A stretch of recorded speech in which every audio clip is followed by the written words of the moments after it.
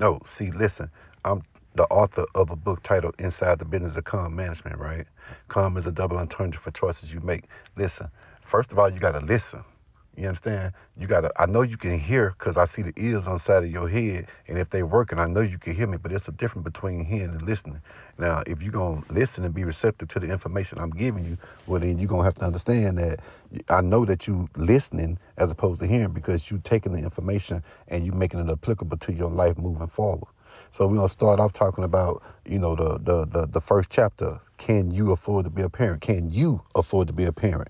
You understand? Because you and the other willing party laid down and participated in that spine tingling, toe curling euphoria. Hopefully you had the understanding that, you was laying down and possibly applying for a job that required you to be there for a long time and not just a good time, right? Because see, upon receiving information that, we pregnant, the female gonna get the information first because her body gonna let her know, and then she gonna notify, you and let you know that you got the job that you laid down and applied for. Now the question again is, can you afford to be a parent? Not your parents, not your mama, not your daddy, not your auntie, not your uncle, not the village. At the end of the day, the responsibility falls and lies on you. Can you afford to be a parent? When I say, can you afford to be a parent, not just from a financial standpoint, I mean mentally, physically, emotionally, all of these different things go into it. That's why, as far as I'm concerned, I would prefer a person to, you know, make it through their 20s, right? So let's just go all the way back.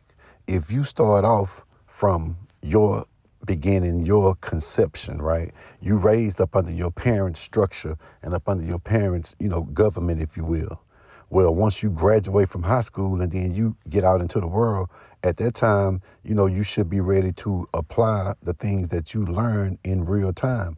Along the way, around 10, 11, 12 years old, you armed with a spirit of discernment, knowing the difference between right and wrong. And then, just make it simple, man. You know what I'm saying? It could all be so simple, but, people rather make it hard, right? Just do unto others the way you would do unto them. Just try to be a good person, right? That's if that's what you want to do, you know what I'm saying? But that's what you should want to do. Because if you trying to be a good person and you ain't bringing no harm to nobody, well then, for the most part, nobody should be bringing harm to you. So now you out here in real time applying the things that you learn. And of course, everything that your parents taught you, it's not,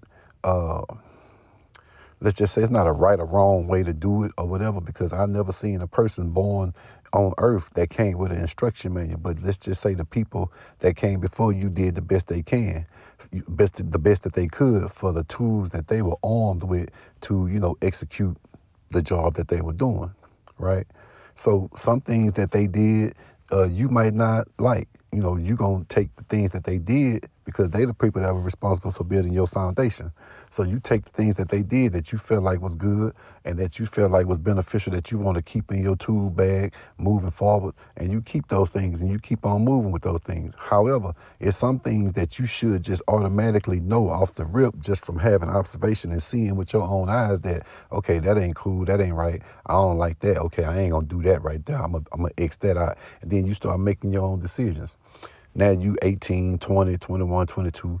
All right, let's just say you get out into the workforce, or you get off into the, college or whatever, and you building yourself up. Then you encountering females and you knowing this and knowing that. And okay, at some point you got to make a decision within yourself and know that, all right, well, this ain't the best thing for me right here, far as she concerned, and females as well.